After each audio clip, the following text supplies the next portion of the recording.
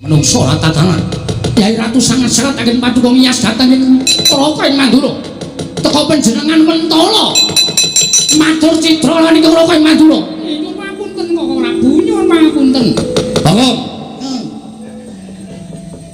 anggep apa kok mletheng ning kono apa anu wedi takut wedi karo sapa kali sampean ngopo kowe wedi mergane kula teng mriki Yai Ratu wonten maring adawu samenika kula nyuwun prisa inggih Yai Kakung ingkang mapan wonten keleng ing kamar menika sinten inggih nyuwun pangapunten Bagong lho memang iya wah manus-manus jajalan nyuwun pangapunten kok Bagong mapan wonten ing kamar menika dasaripun menapa atau Pak nyuwun pangapunten blok kesta kemawon kula menika tresna kaliyan Bagong lho tresna tos pundi inggih tresna kepengin bangetipun mengku garwa dening Bagong dasaripun menika piyantipun nyenengaken kula sampun caget remen manah kula lho nyuwun pangapunten niku garwanipun Nyai Prabu Duryudana ngertos iki jenenge ora tresna napa meneh yen kula sampun boten tresna badhe menapa malih kok Prabu Duryudana kula aturi emut bilih kula sampun boten tresna sak mangke monggo kula dipun pisan ya ora apa-apa ana sing wis nampani Jil lha menika Kakang Mas menika Angling Darma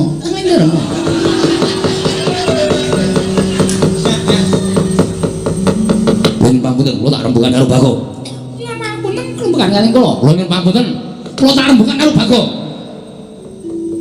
diajeng wonten dawuh edan basa bareng iki lho nek aturi tindak ana ing mburi inggih namung mulai beneran mangke Kakang Mas Nyai menapa-menapa ora usah piye-piye to santai aku ora apa-apa apa sing wis diucapake sumpah di antara kita panjenengan sakit kula sakit panjenengan pejah kula pejah berarti nek aku dipateni Prabu Baladewa kowe golek dalaning pati sendika kesaken dawuh lenggah wingking iki santai iki pripun Den anggep apa kowe tekan kene anu ngumbahke kathok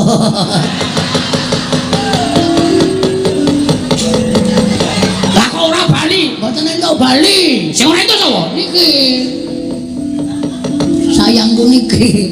sayangku dukul muamoh kowe iki bendaramu nuwun ngapunten ora nyawang bendara ora nyawang batur tresna niku ora milih derajat pangkat tresna niku palingane sing gawe urip Gusti wis paring katresnan karo Dewi Banawati katresnane Dewi Banawati tumuju marang Bagong wis dinaiki katresnan wis padha-padha tresna ana dine kejaba mung kudu didhaupe nek kowe kudune melek iki kan mau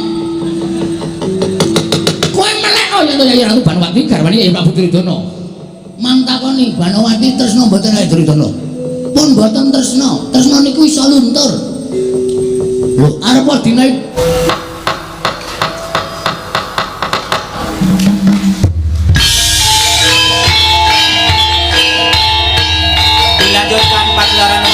Semalam suntuk oleh Ki Dalang Sena Nugroho. Selamat menyaksikan.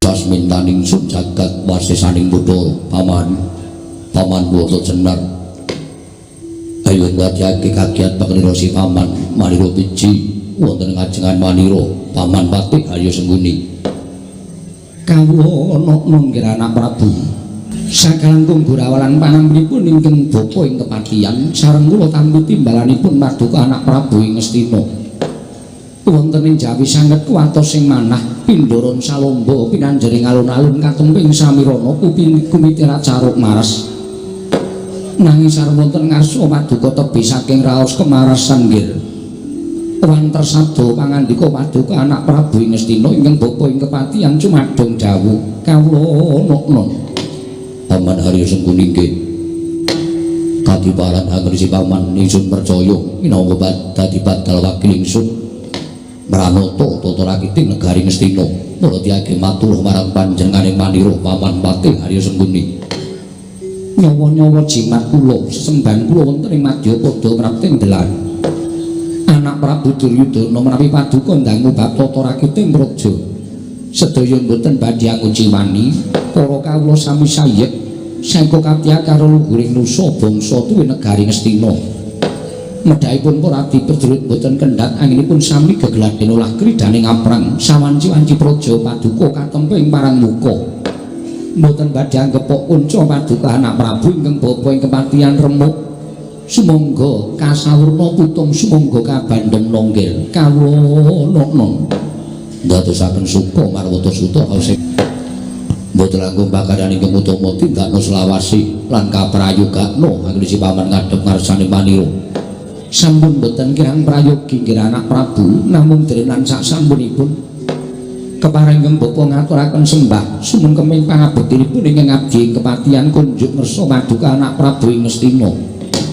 kula tampi karya bombong raos sing manah mboten langkung kasengecapno anggen jengandika lenggah paman Harya Sengkuni kawula non sampun mboten kirang prayogi wiswanipun ing abdi kepatihan nggih anak Prabu ing Ngastina bapa Prabandurna bapa ing Sukalima sarawuh jengandika bapa Premban prawu jengandika bapa Prabandurna ing Sukalima bapa Premban Astaka swala sila bertobo swal gimbal sumrante hawala lan woni nggih Ger tansah pinanganing kawidatan ing sambi kula sawanipun bapa ing Sukalima mangga widodha sowan kula niskala napa kepareng ingkang bapa ngaturaken kudya pangastawanipun ingkang bapa kunjuk kersa paduka anak Prabu ing Ngastina Ger anak Prabu Duryudana kula tampi amawahana kasantosaning lair batos kula bapa Remban mboten langkung kasengecapno anggen jengandika lenggah kula naknan sampun mboten kirang prayogi wiswanipun ing bapa ing Sukalima Ger bapa dene Sira Dimas Kartomarma prayogakna nggone siadi ngadhep ngarsanipun Kakang Bawana Diweci sampun mboten kirang prayogi wiswanipun ingkang rayipun Kartomarma namung kepareng kula ngaturaken sembah sumengkeping pangabekti kula kunjuk sandhap putra paduka Gusti kula ingkang sinuwun ndatompo siadi atur bekti lawan pun Kakang ora liwat pangestu nuwun Kakang Tampanono kula pun dinggo jimat paripin dayana ing kasantosan lan tatanen sangganing kula kadang ingsun kang pun gandung sibuk aja nganti ning padha saur manuk jeneng manira diambak barake wigati ning pasewakan Kartomarma menapa sampun paduka dawuhaken kula pun dados jimat saha tansah estu padha jauh paduka Gusti kula ingkang sinuwun ing Ngastina Kanjeng Koko Prabu Duryudana Dimas Kartomarma karya bombong penggalipun Kakang Yayi Koko Prabu dereng sawetawis dangu rawuh jengandika Kanjeng Koko Prabu ing Mandura ingkang rayi ngaturaken pasegan para krami kunjuk sandhap padha paduka Kanjeng Koko Prabu jimat sembahan kula Koko Prabu Baladewa Koko Prabu ing Mandura jagat wasisaning Bathara Wayatra jagat iya akarya bombong raos sing manahipun ing Koko ing Mandura dupi kula tampi timbalanipun paduka Yai Prabu Ngastina asung paseganipun Yai sampun kula tampi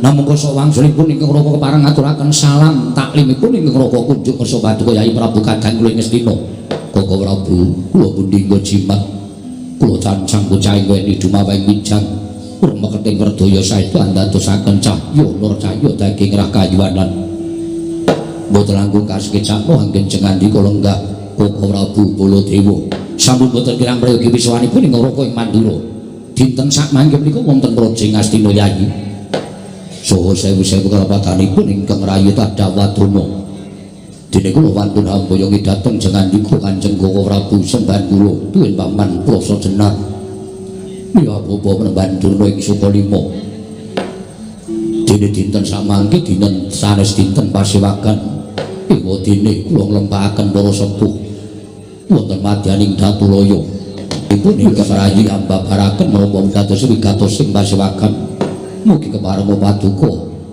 para sepuh anglubirna sesamudra pangaksami dhateng ingkang rayi pun Duryudana ora Bu jagat wasisanipun Bathara Wayatra jagat Yayi estunipun sampun ngantos kawiyos pangandika paduka ing kados mekaten menika jernyakanipun ingkang Raka ing Mandura menika nggadahi kewajiban minangka dados pengayomanipun kadang-kadang kula sata Kurawa mila menawi tumunten katimbalan wonten negari Ngastina sampun ngantos ing katimbalan ing wanci rina radyaning wanci ratri ngroko boten badhe swara tartemtu ngestu padha dawuh Paduka Yai Prabu Ngastina namung gandeng ngroko sampun kepareng sowan wonten negari Ngastina mboten wonten ingkang tansah kula antu-antu kejawi amung wiyosing pangandika Paduka Yai Prabu wonten wigatos menapa dene Paduka ngawontenaken pasewakan ingkang beneh kelan adat ingkang sampun semanten ugi ingkang bapa kepatihan nggih kepareng kula nedya ngangungaken jangga nilingaken karna mastuti dhateng Sabdatama Paduka anak Prabu Ngastina badhe ngrembak menapa dene madyaning pasewakan benten kalan adat ingkang sampun Paduka nglempakaken para sepuh monggo kula aturi ambabarna dhateng ingkang bapa ing kepatihan nggih semanten ugi ingkang bapa ing saka lima nggih ngantos kadhi kula jangkah-jangkaos pados tinggalo prapta wonten negari Ngastina madyaning datu kaya mriki mboten wonten ingkang gumana musik wonten salebeting manahipun ing bapa ing saka lima kejawi namung enggalo kula nampi Sabdatama Paduka anak Prabu Ngastina badhe ngrembak perkawis menapa negari Ngastina kedatengan parang muka menapa badhe ngrembak babakan Kanalindran tuwin badhe ngrembak babakan kawula negari Ngastina monggo kula diambak barana ingkang sejati ingkang bapa ing saka lima nedya ngangrungaken jangga ningaken karna midhangetaken Sabdatama Paduka anak Prabu Ngastina nggih anak Prabu Duryudana long damjang ingkang Durya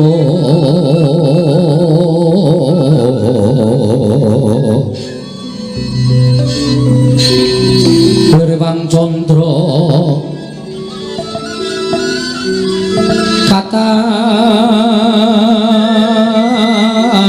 katawenan sumo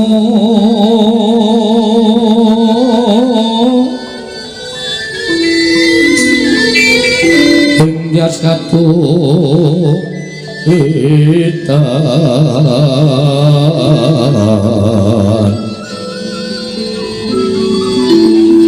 limut kabyataning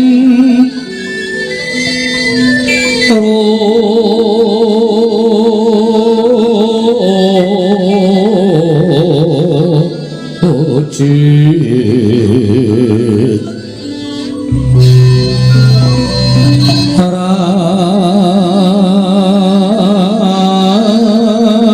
ram remingdri ya ma nawo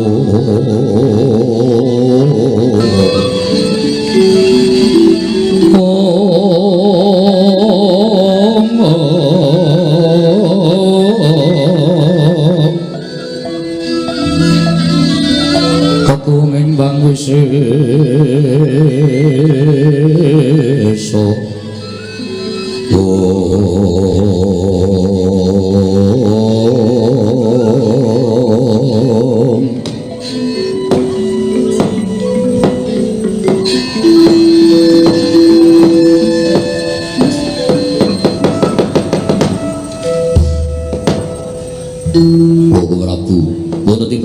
Paman Haryo wonten timbalan dawuh Bawaduna wonten dawuh nggih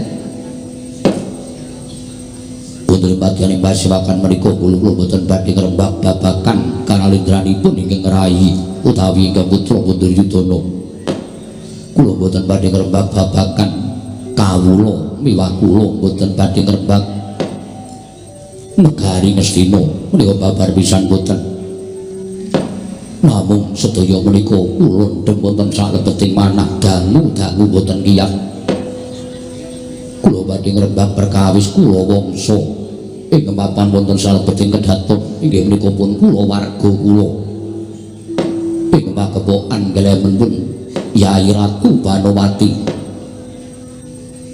wonten wigatos menapa dening Paduka paring dawuh mekaten Yai Prabu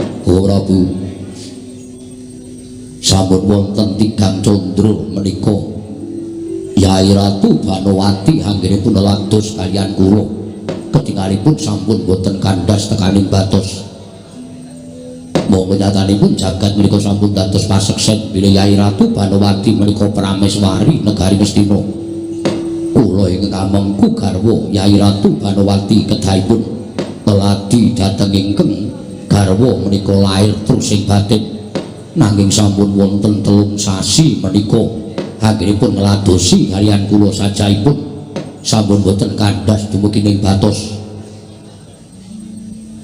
ngladosaken menapa kemawon ing dados pekarmanipun Duryudana menika kula sawang boten wonten esem boten wonten raos bingah wontenipun namung raos ingkang boten sekeca menika kula kraos jendatanipun kula gesang kaliyan Nyai Ratu Banowati menika kula sampun mataun-taun kula mboten momokal menawi lagak lagianipun benten menika ingkang rayi kraos nuwun sewu menapa wonten pamuthaipun ingkang garwa Yai Ratu Banowati Nyai Prabu boten saged minangkani tumunten andadosaken kagol kogelan penggalipun babar pisan boten persasat tresna kula kaliyan Yai Ratu Banowati menika menawi dipun tanding dhateng kamukten kula ikhlas kecalan kamukten ning aja nganti kula kelangan Banowati mekaten Yai menika jagat sampun dados paseksen ning sampun wonten Tigang Candra menika anggenipun ladi kaliyan kula matur wangsul boten lair batos setunggal minggu menika alah sajaipun saya ora lair batin menapa member ing atasipun kula menika ratu gawe wedang dhewe ing atasipun kula menika Nalindra kula menika nglakoni mapan nendra boten sareng kaliyan pun Banowati pendak-pendak kula jejeri tartentu malingos nilaraken dhateng ingkang rayi Duryudana Prabu wonten dawuh menawi dangu-dangu kelamban kados mekaten kula boten kiyat gesang wonten ing alam wadhang menawi Yai Ratu Banowati menika koncatan katresnan kalawan ingkang rayi Duryudana kula sampun prasapa tinimbanganipun kula gesang mongko ora nyandhing kalawan Yai Ratu Banowati entrengaken pejah kula entrengaken patinipun Duryudana menawi sak mangke Yai Ratu Banowati estu badhe nilaraken dhateng ingkang rayipun Duryudana jagat wasanipun kula Yai nuwun pangapunten sampun nglambara kebeh penggalih paduka kula menika ngertos watekanipun kadang kula Yai Ratu Banowati jenyatanipun ingkang Mbak Yu menika pinengku garwa ingkang Raka ing Mandura mila kula menika ngertos lagak lagianipun Yai Ratu Banowati piyambakipun menika mboten saged gesang menawi mboten sinanding paduka Yai Prabu Duryudana menika kabukten bilih sak mangke anggenipun bebrayan kaliyan Yai Ratu Banowati paduka menika sampun kaparingan momongan minangka dados talining katresnan mila perkawis menika kula kinten sampun ngantos dipun rembak wonten padyaning pasewakan jer wonten ing padyaning pasewakan menika kathah para nayaka punggawa menawi ngantos sami mireng lelampar menika mangke badhe bebangri dhateng asma paduka tanpa panjenenganipun namung badhe nandhang sastra wirang namung menawi kula petang dhewe kula menika boten kiyat pendak-pendak kula lenggah madyaning salebete kedatun kula menika ngadhep kaliyan Yai Ratu Banowati ning sakniki kula ora tau iso ngadhep kula wonten ngajeng Banowati wonten wingking kula tututi wonten wingking Banowati pindah wonten ngajeng ngaten menika wangsul sajae wis kaya ora gelem adu arep karo Duryudana menika rak namung pangraos panjenengan sing jeneng priya menika nuwun sewu ora kurang dalan ora kurang cara mbok menawi Yai Prabu kirang rumaket tuwin pangandikanipun kirang wonten raos anjunjung dhateng derajatipun wanita upami pangandika paduka menika ngalem wanita ingkang nami wanita menika menawi dipun ngalembono tumunten badhe tresna asih dhateng guru lakinipun ora Bu sampun boten kirang-kirang kangge kula budidaya namung semantena ngantos dumugi kelgan menika menapa ingkang kula awri wonten salebeting kedatun Yai Ratu Banowati boten benten kaliyan adat ingkang sampun kelampah piyambakipun tetep boten purun benajeng kaliyan ingkang rayipun Duryudana paman wonten dawuh Paman Haryo gadah pemanggi menapa ing kedah kula tindakaken Aduh nyawa-nyawa jimat kula nggih. Kula nyuwun pangapunten menawi ingkang bapa ing kepatihan mboten saged ngunjuk atur. Ternyatanipun menika perkawis panjenengan upami kula badhe tumut-tumut lajeng wewenang kula wonten pundi kula menika namung abdi, kula menika namung patih. Minangka dados lidah sinambung pangandikaning Nalindra Maranata saking para kawula negari Ngastina. Menawi perkawis kula warga kula nyuwun pangapunten kula mboten saged nderek rembagan perkawis kula warga nggih. Mboten ateges kula waya dhateng Sabdatama Paduka menika babar pisan mboten. Namung kula menika ngrumaosi jejer kula. Sampun ngantos kula mlebet tebih wonten ing kula warga kedaton negari Ngastina. Mangke mindak kinten mboten prayogi kedadosanipun. Paman Haryo mekaten. Nggih. Bathuna. Wonten dawuh nggih. Kula kedah kados pundi lan menapa ingkang kula tindakaken? Kula nuwun sewu, Ger. Ingkang nami tiyang nambut sinaning akrama lan sampun nglampahi bebrayan menika kula nuwun sewu. Ujaripun para sepuh sampun nyebataken bilih badhe pinanggih kaliyan lelampaning ingkang nyandung ngrimpet tumrapipun tiyang mangun Bali Wisma. Bathuna kasinggihan mekaten. Mboten wonten tiyang mangun Bali Wisma mawon bebrayan menika tansah rukun kemawon mboten wonten lelampaning ingkang adamel sentel penggalih menika mboten wonten. Tertentu sedaya badhe pinanggih kaliyan lelampaning ingkang sakmangkenipun pinarya dados pacoban Paduka anak Prabu Ngastina. Mila anggen Paduka nggadahi raos ingkang garwa Dewi Banowati menika benten kaliyan Paduka tumrap kula sampun ngantos dipun padosi kalepatanipun wonten pundi panjenengan nggadahi lepat menapa Dewi Banowati kirang menapa dene gadah panyuwun ingkang boten saged linampan menika sampun ngantos dipun penggalih. Inggih. Menika panomohon menawi samangke sampun lulus sanget Paduka nampi pacoban menika kala wau kula kinten Dewi Banowati tumunten badhe caket malih kaliyan penggalih Paduka caket malih kan Paduka anak Prabu Ngastina. Mekaten Bathuna. Inggih ya. Menika sarang kula. Supados Paduka anak Prabu kepareng sakmangke nglerahaken penggalih. Sampun ngantos lajeng bingung perkara dinengke bojo kok bingung. Kula menika dinengke bojo kula pirang-pirang taun ya ora tau bingung. Sampeyan. Nggih. Garwa sing ngendi? Sing keleke papat nika. Nika meneng mawon karo kula ya aku ora tau piye-piye. Wong nika ora iso omong. Sampeyan ya ora piye-piye. Ah niku lho Cepate. Mula napa-napa niku aja nganti banget dilebok teng ati ngoten lho. Ampun ngantos banget dilebeke wonten mengane. Anak Prabu menika anggenipun mengane menika kesangeten. Nuwun sewu. Nggih napa? Mboten napa. Napa niku? Mokal. Den mboten napa mokal Paduka anak Prabu Duryudana menika tumunten bingung mergi salebete kedaton menika namung wonten piyayi kalih. Lesmana Mandra Kumara sampun mapan wonten anu kasatyan Saroja Binangun. Anak Prabu Duryudana menika lenggah wonten kedaton menika namung kaliyan ingkang garwa Dewi Banowati. Nggih. Mula nek siji nesu sijine mesti bingung merga ora duwe kanca. Ngoten nggih Kakang. Nggih.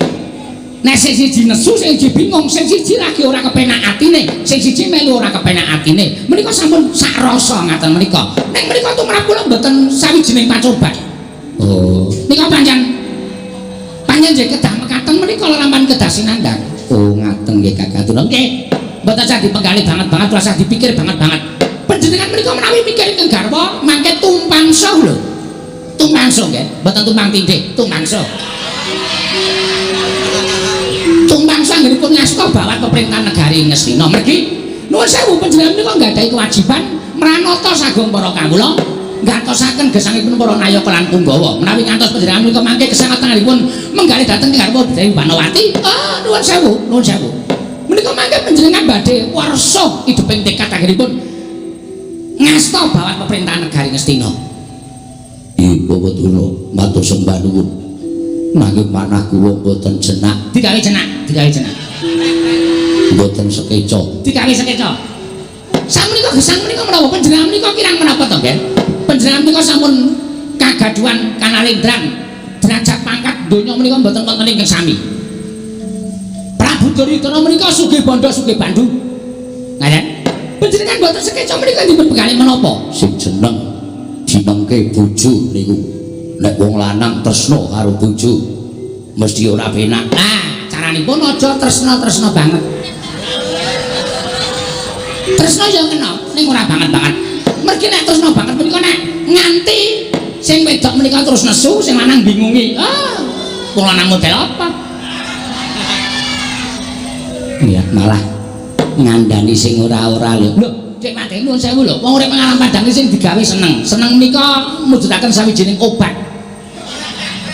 Ingkang mujarab. Mbok sing apik sih omong.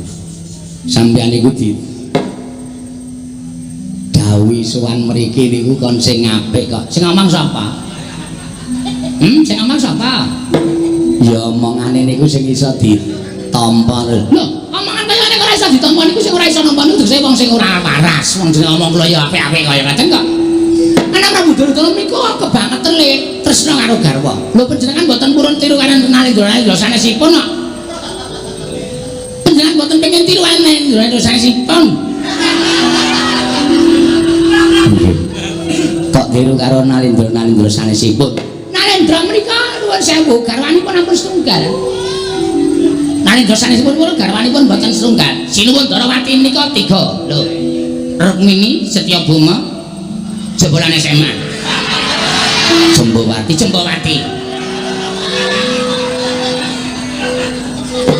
Ora apal kok. Lho ngaten lho. Lho nek cara kula ngoten. Kula mboten saged menawi kedah kados mekaten Bawa Tuna. Dipun saged-sagetaken. Wong menika ampun nganti saklek ngoten lho. Sinuwun Darawati garwanipun 3. Panjenengan menika Nalendra ingkang nuwun sewu ketoke lanang ning Nalendra kok bojone siji. Nuwun sewu. Sama nyemoni kula. Lho mboten. Kula niku arep kaya ngeten iki bojo kula ya mung siji, mung Erawati tok. Nggih, ning niki mboten kali sampean kok. Niki kalih anak Prabu Duryudana. Ning kula rumangsa dirasani, kula rumangsa didumuk nek sampean mlebu perkara bojo. Nggih sampun, mboten sak perkara bojo.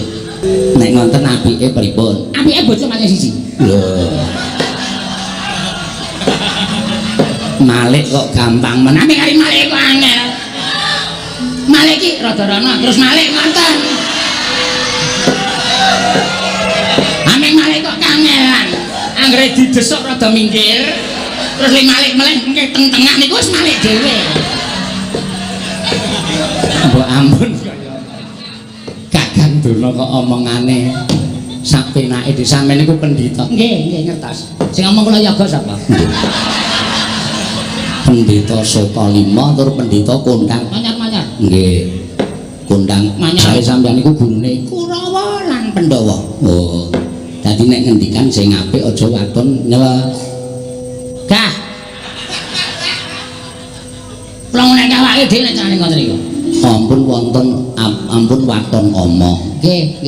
Niki teng ngarepe para satriya-satriya, para nalendra-nalendra, lenggah sinuwun Mandura, sedaya para raja Nerpati teng Jawi nika kathah. Mula ampun sak kepenake dhewe. Ngaten. Nggih. Nggih pun. Nggih pun menapa nggih. Ora Bu, wonten lho. Dinten samangke estunipun kula ngrawuhaken para sepuh menika namung badhe nyuwun senjata pitulung supados kula menika saged ngrangkani dhateng Nyai Ratu Banowati Hewadene. Ngantos dumugi sak mangke kula boten saged nyupekaken dhateng menapa ingkang dipun lampahi dening Nyai Ratu Banowati. Yai. Panjenenganipun Bapak Durna menika wonten leresipun sampun ngantos sanget-sanget anggenipun paduka menggali dhateng garwa. Kula kinten namung kagul kagelan penggalipun. Mangke menawi sampun rem penggalipun ingkang garwa tartemtu caket malih raosipun kaliyan paduka Yai Prabu Ngastina. Sikra-sikra yen prangana ganca sikra raken awang sesangka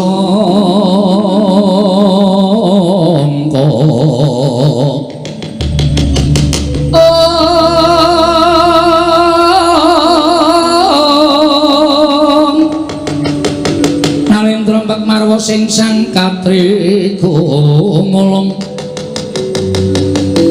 ngulung mangrembak ing wadya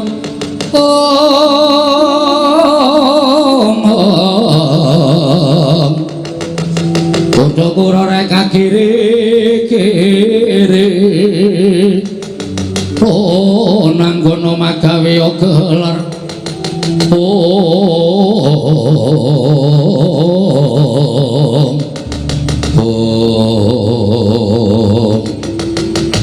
nalika semanten dereng paripura sami bawacana kasaru pelajaripun abdi dalem taman kadilengleng abdining Diahayu Banowati mlajal-majal katebian mangono pangut kasmane yo tobat Sampai nggih iki ora positif suarane mau kuwi kaya ayu apik kok metune kok templetan nyuwun sewu kula wau mbeta radio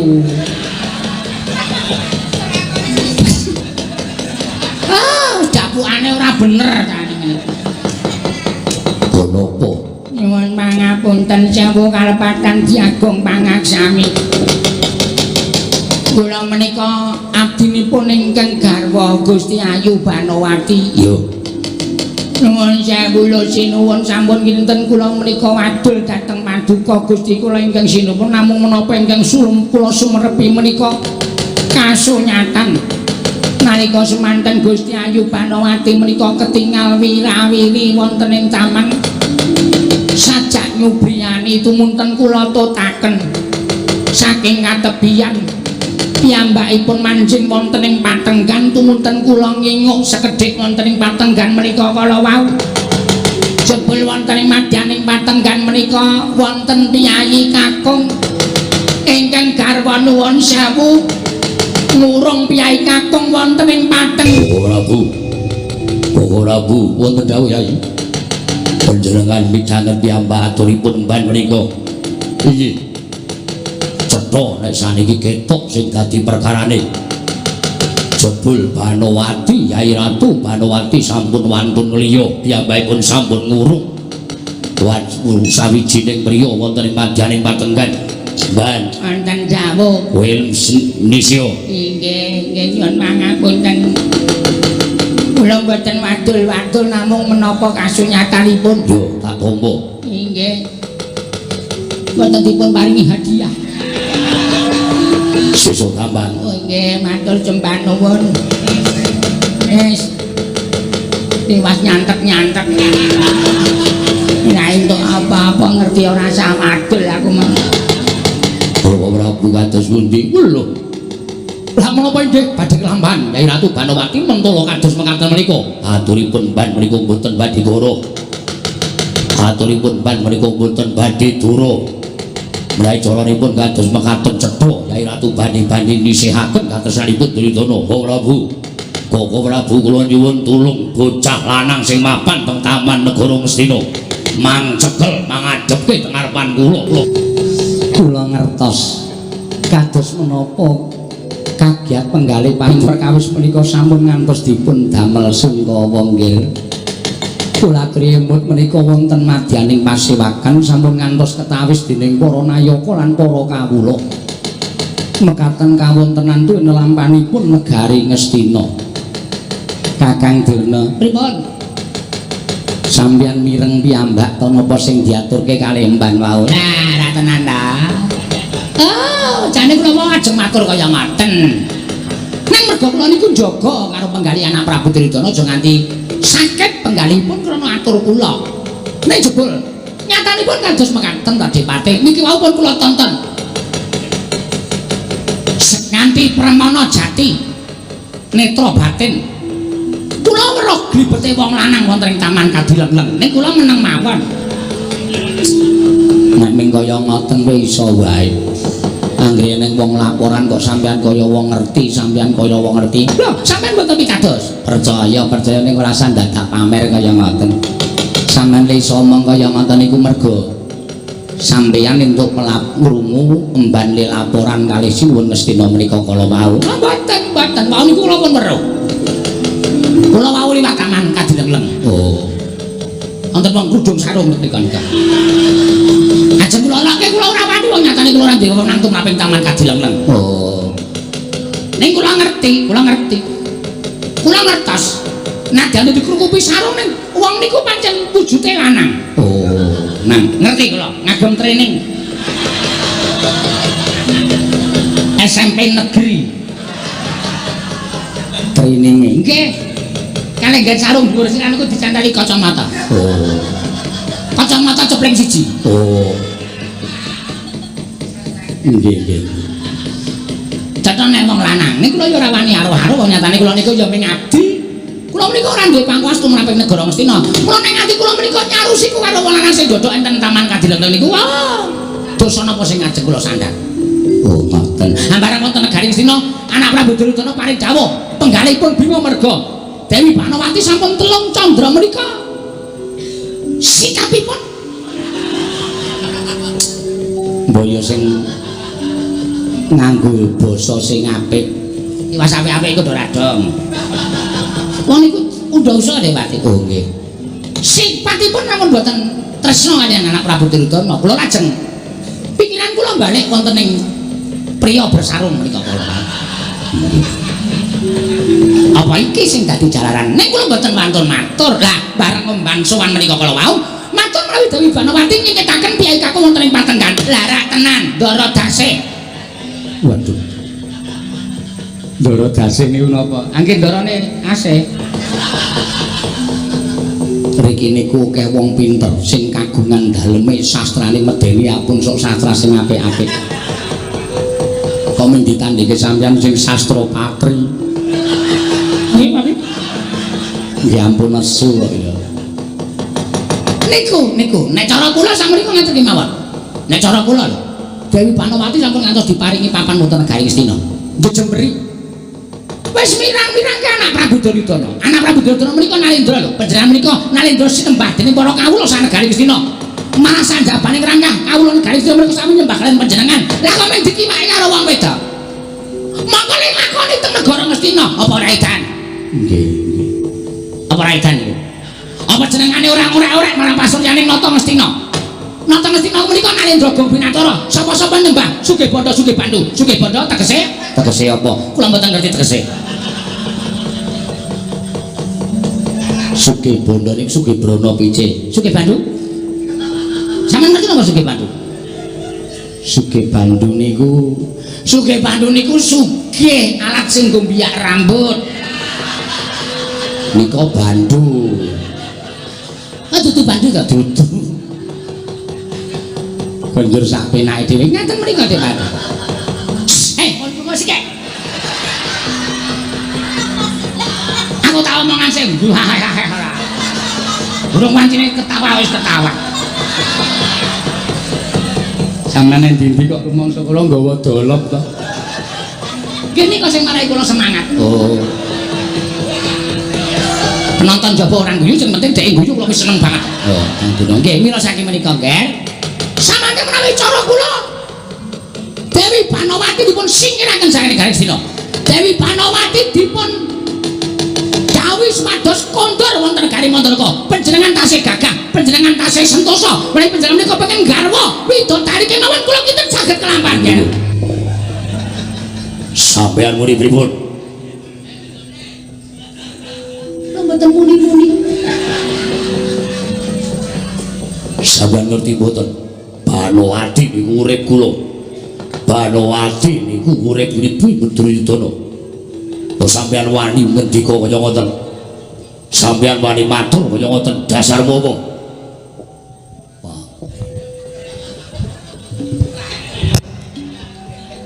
Aku melu rombongan kene kok. Kapokmu kapan? Kaya keminter-kinter isa. Keminter-pinter kok keminter-kinter. Kaya keminter-pinter iso ngrampungi perkara. Ora ngerti nek Dewi Banowati banget nggone ditresnani dening anak Prabu Duryudana kok iso matur Banowati kon nyingkirke ora wong. Aduh, sepatune anyar. Kafil.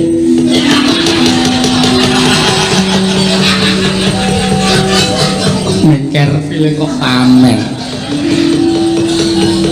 Ae cara nggen kula niku wis ora dienggo. Arek iki sampean. Niki tokone anyar e. Pajak. ora. Lagi toko diresmekke biak kula langsung tuku. Oh. Kok minggoke nenten kabeh. Pun mboten saged kasempatu to? Nggih. Nimbok kaos kakike ganti. Meniki model. Sandiwara kemiri niki model. Gaul. Oh. Pripun sampeyan ajeng wangsulan apa? Anak Prabu Duryudana nes duka kados mekaten menika ajeng wangsulan apa? Monggo omongane ngawur. Senengane sak penake dhewe. Taplak kok nggo surjan. Nek ngen kula taplak meja. Kok nggo surjan. Sampai sumeneng mboten. Sampai iso meneng mboten. Rasa melu-melu rembugan.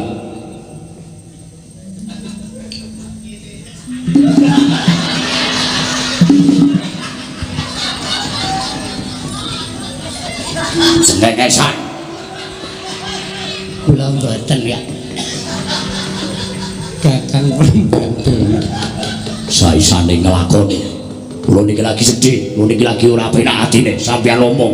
Kucek terus karo Begawan Durungan ora ngerti tuwa. Ora ngenggoni le tuwa.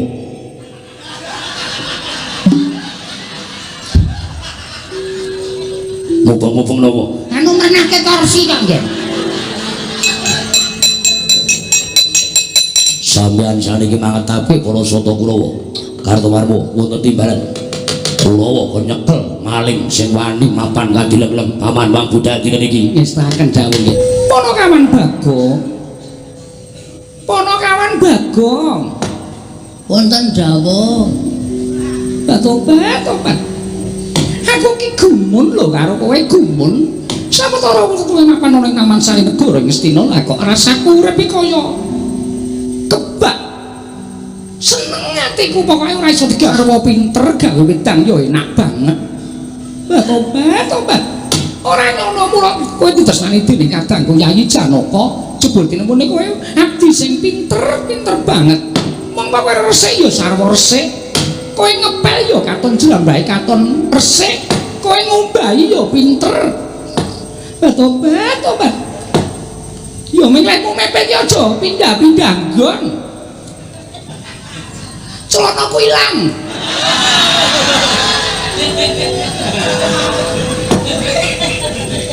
Sing pundi e? Tobat. Sing kuning. Karo sing jambon. Kula sak.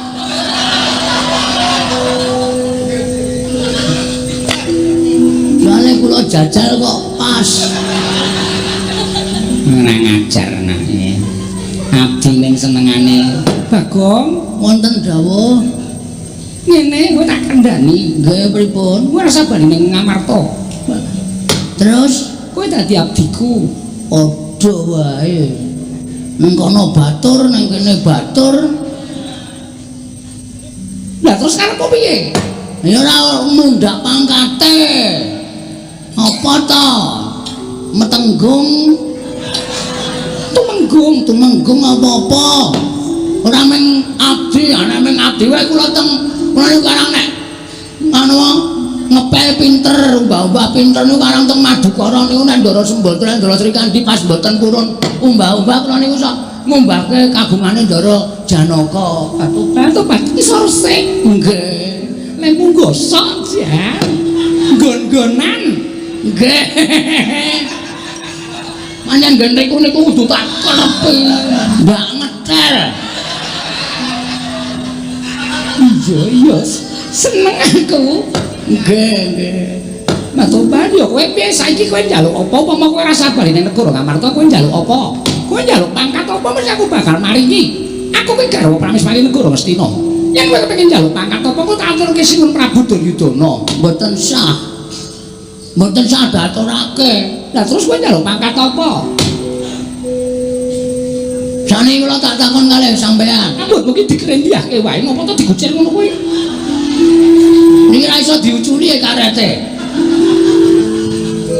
Pun ngenten iki. Ya wis, nek kowe iki bagus nek diuculi. Nggih mboten napa-napa. Bagus karo rae gumantuk le nyawang. Iya, Tobat. Tobat kowe iki arep elek ning nyenengke. Ning oke lho wong bagus sing marai mangkel.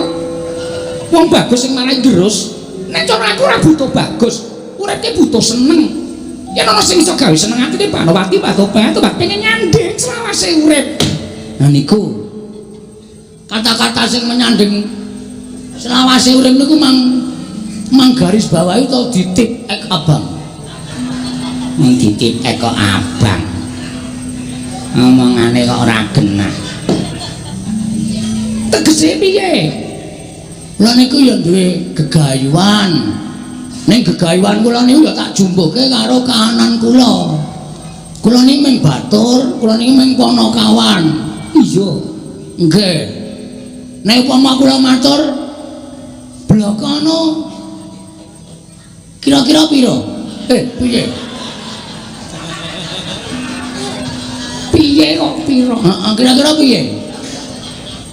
Ya ora apa-apa kowe bloko anakku malah kepenak aku nggon kowe. Nampa kapan dadi gunemamu? Aku luwih cetha nggon nampa gunemamu, Bagong.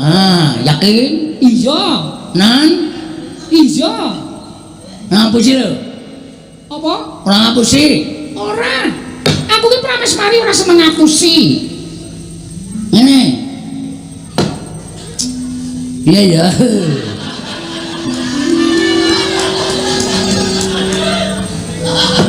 Iki sing arep diomongke iki apa? Ngono apa ku jenenge? Upama misale lho. Iya. Kula kalih sampeyan niku kosika ta?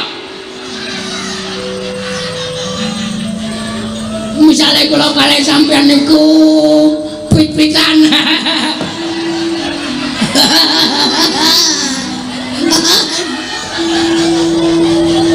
Iya ya.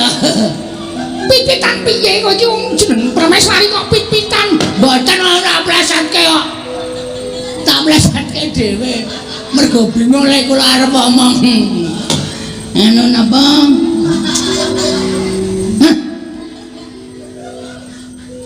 Tek ya. Rasa marang kowe. Ngopo kok iruhe ndasdus? Upama ngene ya panjenengan.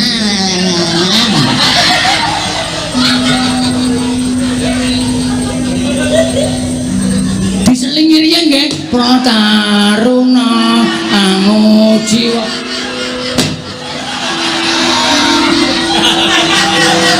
Nek sing dalang tengening laras cek langsung kaya pepundhenmu mau sore. Kowe arep melu-melu ra jegos karo laras kowe ra iso kok. Arep Prataruna. Aku pengen maneh sono. Ben aku kowe minggat kowe.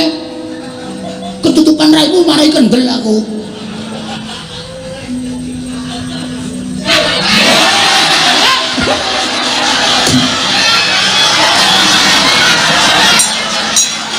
Ngapunten, Bos. Rumangsaku saka pelok bem tekan pelok barang kok cek ngono. Kowe karo aku ngono mau. Piye? Ngono piye? Lho, astane Pak Sukra mau lho. Ngono. Coba. Aku ora weruh. Lah wis gagal. Ini ya, nang jadi Dewi Banowati. Iya. Kula niki pripun nggih? Sowan mriki niku jane mengajeng neter ketrimaning urip. Neter ki apa? Neter niku kewan cilik mangane kayu. Kae teter. Tetek apa teter?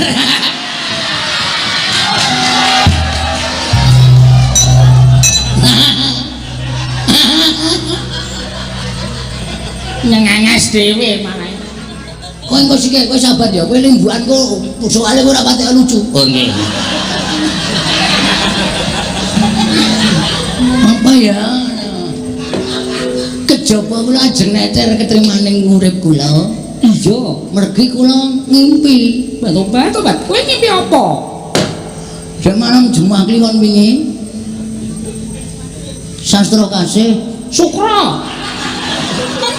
Anjing Sukra. Sukra kasih. Ora ngerti basa kok. Kira nek sastra kasih. Sukra kasih kula ngimpi. Ngompong ngimpi niku dipitung dadi 3 perkara. Iya apa wae? Siji. Titiyane gandayane puspa tajem. Werdine apa? Arep rembug impen dirembug sik werdine apa? Titiyane iki tegese piye jam pira? Manut. Lho. Ngimpi kok manut. Oh iya, Dik. Jam 09.00 tekan jam 12 niku titiyane. Titiyane iki tegese piye? Menurut kula lho niki gandeng niki dalange akeh banget. Mengke ndak kula disalahke niku mung wong ketonto. Tegese wong ketonto upamane duwe pepinginan sing ora kasembadan. Durung kasembadan niku nganti kegawa wonten ing mimpi titiyane jam 09.00 sampai jam 12. Sabar niku dunia dalam berita. Rolas tekan sabanjure gandayane. Titiyane gandayane. Titiyane bener gandayane. Kuwi jam pira?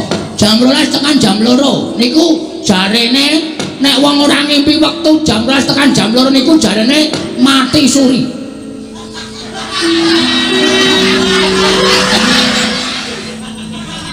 Apa mau Bapak? Ngimpi. Puspa tajem. Itulah ngimpi ya yang akan menjadi kenyataan. Iya. Kula ngimpi niku. Aduh. Ngopo?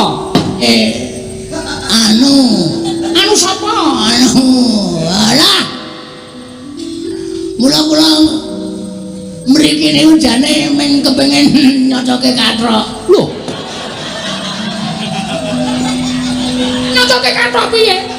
Teng ngimpi niku wernane jambon. Terus kula ngenger ngumbahi niku kula pilih jebul ana tenan gambare Hello Kitty.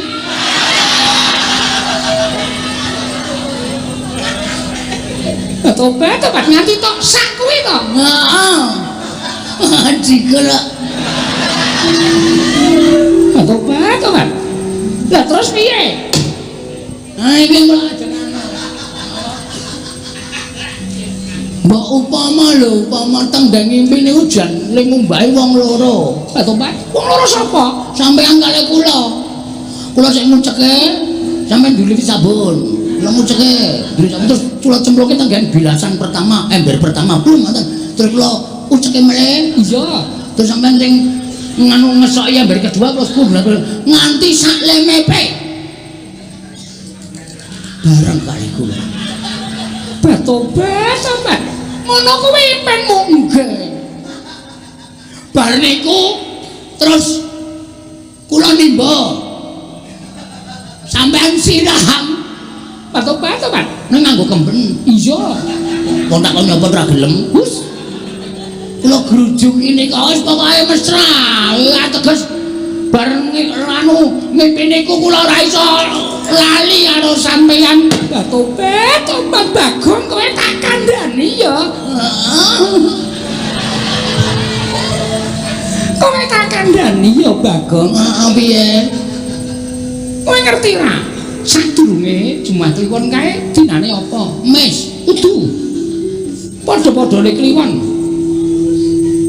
Selasa kliwon. Iya, anggara kasih. Heeh, terus aku ki yo ngimpi.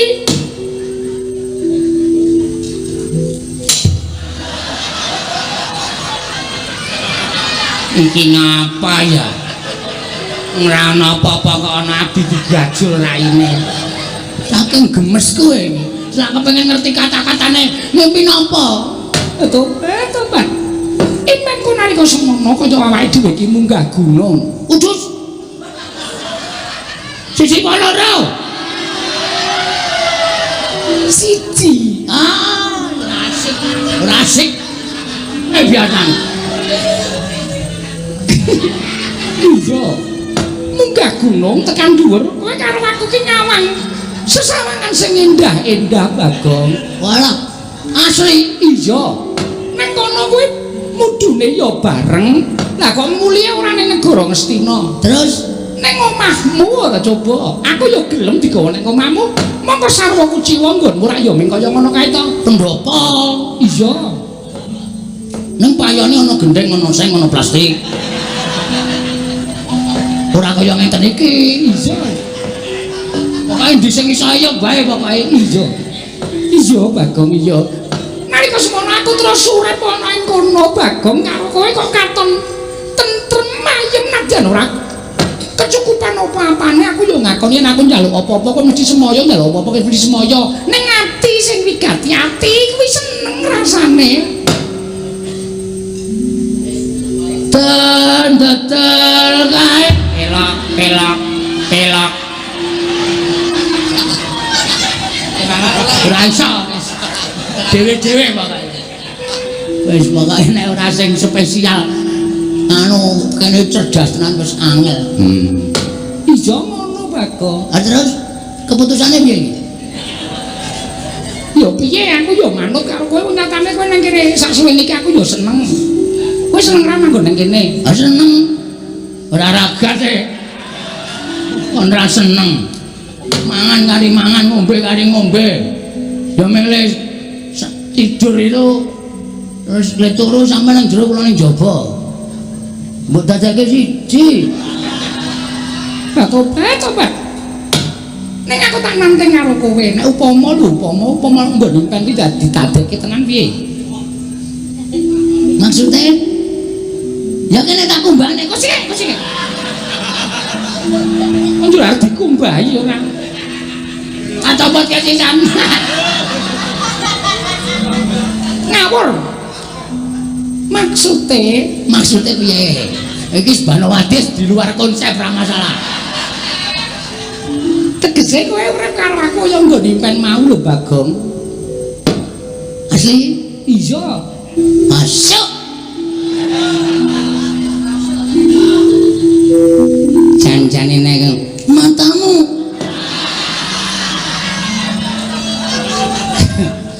Bagong iki apa sapa kok dinggo. Asli? Iya tenan. Wis dodo lingguhan. Ayo lingguhan. Sing apik. Ngaturke apa wigatine bengi iki? Ya Dik ya. Tak tumpah lho. Konjur yo Dik yo piye? Kowe ra wis resmi kok. Wong seneng katresnane keplok kudu tangan loro. Ngoten. Aku wis tangan siji sampean tangan siji. Keplok pluk wis muni. Tegese tresna wis menyambung. Jadi satu. Mula ana tembang sambung nyambung menjadi ngono.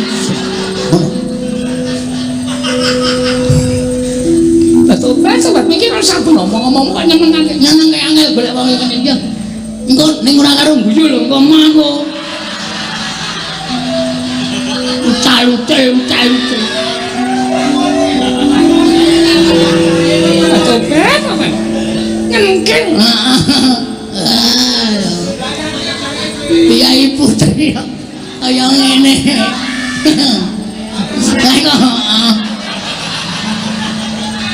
Ora wis nyasar ta.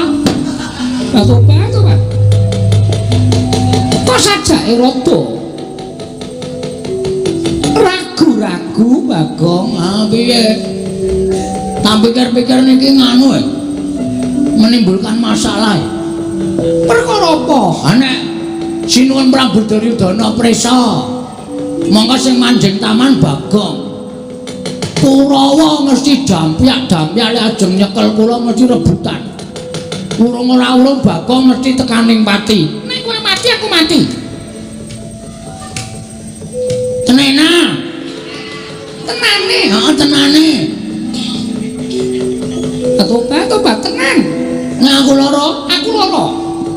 nek aku dikeroyok Kurawa, Aku ya kudu dikeroyok Kurawa. Pokoke supaya mukti supaya mati. Nek pancen wis niat ngono tenan, wis ben tak tekati. Tobat, aku saiki tak takon uga. Terus bojomu ning omah piye? Duleke. Wis semen ngopo? Tobat, tak oleke nang omahe ben. Surapati opo enak. Anak-anakmu dititipke panti asuhan. Ngomong kene, bapakne mbokne mati, ngono wis beres. Tobat. Terus tenan ngene ya aja ngono kuwi ora terus ora basa garwa karo Kyai Kakung basa. Tobat penjaluke kok aneh-aneh. Ayo men mantep ya. Nun inggih kok tak lenggah ngandhap ngaten menika. Nah, ngono. Diamon, diajeng. Ana sok sasar susure. Ayo wong grogi iki werna-werna omongane nggih diajeng. Banowati, kula wonten paring dawuh Kamas. Teng cermut nang ngendas. Inggih. Tempat tidur ditebahi. Inggih, ngestaken dawuh. Ning panjenengan kaya siram. Arep munggah tempat tidur ape kok ora siram babar blas. Monggo sprayine iki ya putih panjenengan kok terus munggah. Engko durung ngetel. Engko tak kombane diajeng. Estu? Wis ngoten mawon. Engko nek kira-kira aku ora tekan kene, nek aku arep dicekel, kowe kudu dicekel. Aku arep diloro, digawe loro, kowe kudu loro. Aku arep dipateni, kowe kudu dipateni. Wadene inggih. Nek ana pancen ngarep misahke katresnane awake dhewe, rawe rantas malang bakal tak putung. Panjenengan wantun wani. Iya. Tekate kok. Kowe lungguh mburiku kene. Inggih.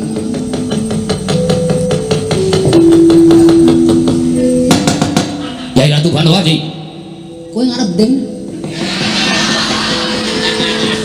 Iki ora positif. Kok ning mburi mana? Aku saka mburi saka ngarepe penak saka mburi. Seneng. Omongane kok jur digathuk-gathukke. Ngene kaya merdeka rasane. Wah, mambu cengele wis ora karo-karuan pikir aku. Aku Pak. Wonten ingkang dodok-dodok. Gandap legudus karo gembal Semarante. Dik Pate. Pripun? Niki kok dadi ana sandal wong lanang tulisane BG. Engko ge Bagong Darmana. Mboten ketok. Nika wong apik. Apik apa? Ketoke nek dene ngemadu apik-apik. Niki sinten jenenge Pak? Mboten ngerti. Aku sandal jepit mangune wong kere iki. Nggih. Wong ora duwe tetep sandale jepit kaya ngeten iki. Tur udu seleo. Napa? Seleo. Sewalo seleo. Setane iki murah niki. Nggih. Iso dikater kaya ngeten kok. Empuk niki sandale. Nggih. Dibuang nggih, Pak, dibuang. Nggih. Pun kula buang. Nuwun sewu nggih, dipun dodok malih nggih. Yai Ratu Banowati. Yai Ratu Banowati. Kula nuwun sewu menika ingkang raka ing Mandura. Yai Ratu Banowati. Ora mulai ya. Tobat. Rasa wedi nek panjenengan dipun piloro kula ya kudu lara nek panjenengan sedo kula ya kudu mati pun ngaten man supaya mukti supaya mati. Ora ngapa-ngapa ya mati. Anjir ngapa iki hasilnya? Sama juga bohong. Ya mengko. Masa iki. Mengko nek wis rampung perkarane. Ya Ratu Banowati. Bukaan lawange, ya Ratu Banowati dipun buka korenipun. Nuwun sewu Kakang Prabu, sekedap. Ya Ratu. Wonten dawuh ora Bu. Wonten satunggiling kembang ingkang sowan ngabiyantara wonten ing Datulaya ngendikaaken utawi muja atur salipun Yai Prabu Duryudana. Menawi mban kala wau sumurut glibetipun piyai Kakung mapan wonten ing patengganipun Yai Ratu Banowati. Tobat, naminipun sinten? Kaya ngrusak penake dhewe kula niku mboten ati nyekitaken piyai Kakung wonten lebet ing patenggon. Jenengane golek-golek perkara kula niku mboten nyekitaken sinten? Nuwun sewu. Kok panjenengan yasa patung kados mekaten niku? Ana niku Kyai Putri kok tuku patunge wong Mledeng. Mriko pancuran. Pancuran iki namung kemawon dereng kula damel blumbang kinarya pesabaning para sato Minaka Prabu. Oh iya sampun. Mangke wonten saking mriki menika mijil toyanipun. Lajeng mantor ingkang dumugi wonten ing kolam. Waduh. Supados dados asri taman negari ingkang dilengleng. Oh iya sampun.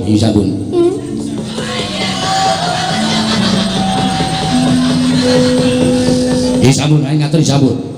Ayo ngatur menika sanes tiyang. Sanes. Ing atase reca kok sarungan.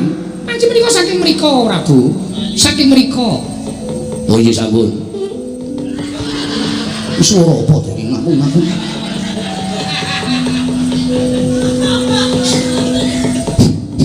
Mangapunten.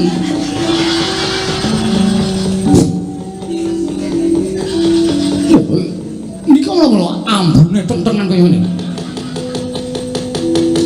Nuwun sewu iki. Nuwun mangapunten, Bu. Nuwun mangapunten jatosipun. Sampun caket-caket kula mboten sekecok Nyai Prabu Duryudana. Dados menika pepasrek ninggal Taman Kadileleng. Kasihan ngaten. Mayu. Kok kaya-kayane kok suarane tukul saka kene. Ngak-nguk. Monggo tak sawang yen watu kok meka kaya ngono.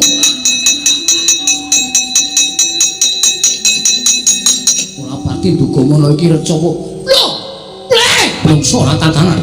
Kyai Ratu sangat-sangat agen paduka ngiyas dateng ing Raka ing Mandura. Teka panjenengan Mentala. Matur citra lan ing Raka ing Mandura. Nyuwun pangapunten kok Prabu, nyuwun pangapunten. Bangun. Anggep apa? Kok mledeng ning kono apa? Anu wedi. Takut Wedi karo sapa? kali sampean. Ngopo kowe wedi? Mergane kula teng mriki. Kyai Ratu. Wonten maring adawu. Sampeyan kula nyuwun prisa. Inggih. Biyahe kakung ingkang mapan wonten kelengking taman menika sinten? Inggih. Nyuwun pangapunten. Nyuwun pangapunten Bagong. Lho. Lho. Memang iya. Wah, manuswane jajalan. Kula nyuwun pangapunten kok Bagong mapan wonten ing taman menika. Dasaripun menapa? Atau Pak, nyuwun pangapunten lho kok sedaya kemawon. Kula niku tresna kaliyan Bagong. Lho. Tresna tos pundi? Inggih, tresna kepengin banget dipun mengku garwa dening Bagong. Dasaripun menika piyantipun nyenengaken kula sampun caget remen manah kula. Lho yo bangun bedane niku garwanipun Nyai Prabu Duryudana. Ngertos. Niki jenenge wis ora tresna karo apa meneh. Yen kula sampun boten tresna badhe menapa malih. Kok Prabu Duryudana kula aturi emut. Bila kula sampun boten tresna sak mangke monggo kula dipun pisan ya ora apa-apa. Ana sing wis nampani. Jil. Lah menika. Kakang Mas menika. Angling Darma.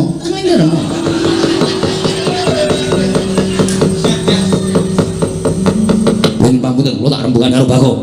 Nyuwun pangapunten kelumbekan kalih kula. Kula nyuwun pangapunten kula tak rembugan karo Bagong.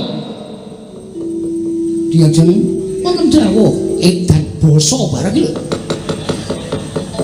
nek aturi tindak ana ing mburi. Inggih. Namun mulai beneran mangke Kakang Mas Kyai menapa-menapa. Ora usah piye-piye to, santai. Aku ora apa-apa. Apa sing wis diucapake sumpah di antara kita? Panjenengan sakit, kula sakit, panjenengan pejah, kula pejah. Ah, berarti nek aku dipateni Prabu Baladewa, kowe golek dalaning pati. Sedika ngesaken dawuh. Lenggah wingking. Inggih. Santai. Inggih. Pripun Den? Angkup pompo kowe tekan kene. Anu ngumbahke kathok.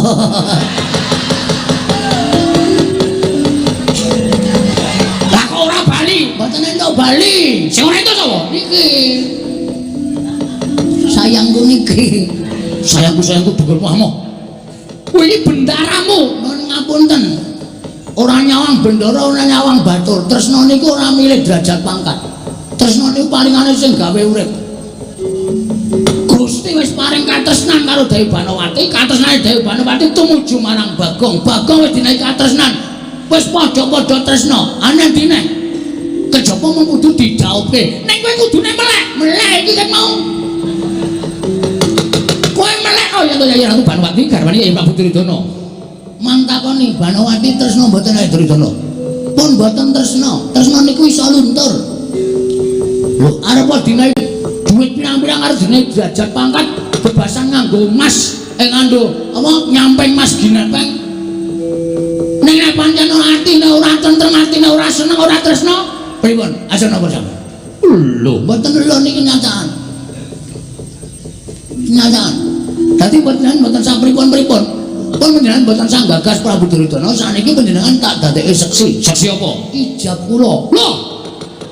Wedan. Soale kula dereng gadah seksi. Dan Semar Sumara gelem tak kon seksi, mesti ora setuju kula entuk Banowati. Mergo kula nek mukti gareng petuk Semar iku ora seneng. Mula kula golek seksi sampean mawon. Edan kowe. Mboten edan iki kenyataan.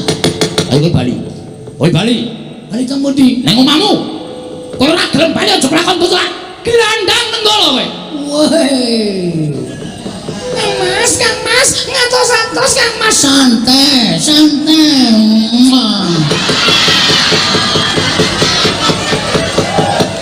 Rasa kuatir, rasa wedi kowe, Dik. Tenang pokoke nek musuh aku ki ditantang wae ora tau wedi kok. Aku ketoke pancen wong kalah. Ning wis ana kata-kata sing nyerempet menuju kematian. Nuwun sewu, Bagong ki menungsa ya, Mas. Aku ki menungsa. Arep aku wong randuwe, arep aku wong kere. Nek sampean lek ngucap sak penake dhewe kaya ngono iki nuwun sewu. Kowe karo aku ki padha-padha menungsa. Sing bedake men derajat karo pangkat. Kowe wong sugih, aku wong melarat. Tapi di mata Tuhan kita sama. Sobe. Ora ngatos-atos. Santai kowe, Pak. Ben ora apa mati, sing penting wis ngambung. Ora edan. Mboten edan. Pengen ta kowe cungar-cungir prek. Ora bakal pengen. Asline ya, heeh. Ngene ta kowe? Ngene.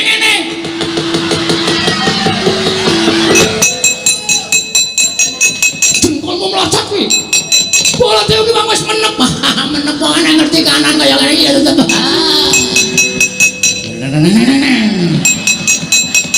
Deng piye? Ayo piye? Sae ngejawab apa? Bagong ora gelem bali sing ngono terus lakon tuh kroyok Kurawa golek papan sing Bapak Durna. Mboten jawab, Gen. Kula caos si preso. Lho, wonten menapa kok panjenengan sajake kok? Gugup kados mengatakan menika? Panjenengan ngertos mboten? Mboten. Kula caos si preso. Nggih. Panjenengan ngertos mboten? Mboten. Inggih kula caos si preso ing mapan wonten telenging Kadilengeng Taman. Nggih, sinten? Menapa sampun pinanggih kalian Kyai Kakung badhe ngirbang dhateng pun Gusti Ayu Dewi Banowati? Sampun. Sinten? Panjenengan kula kandhani mesti kaget. Mangke.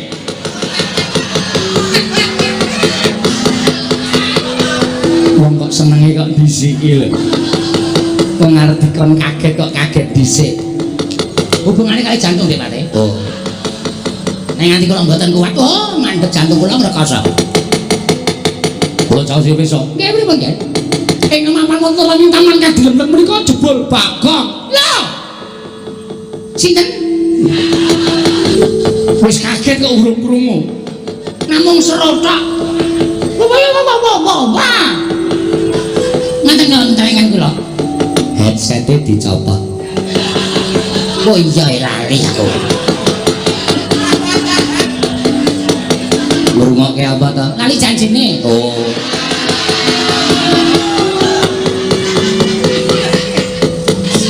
Lagu kaya ngono kok diapalke ta.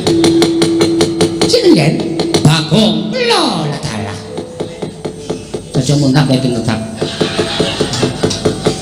Malah gaglang di panus wanijan. Dados Bagong mancing dados durat moko. Nggih. Dik Pate, Pripun? kurang katake. Nggih. Bagong bondo tangane kincung sikile. Tatur kana Prabu Duryudana mati. Tugel kulune Bagong. Oh nggih. Ku mawani. Semangkean. panen. Amin derajate kene kok. Oh, mlebu taman kaputren. Monggo Dewi Badawati kuwi. Mesti kaneng para putri aku dadi pakon kok. Wah, kegeeran bocah iki. Nggih, nggih. Menang kata yang menang kesuwen. Oh nggih, wis tak nyuwun pamit. Mama aja ora sadar apa-apa barang. Oh nggih, wis tak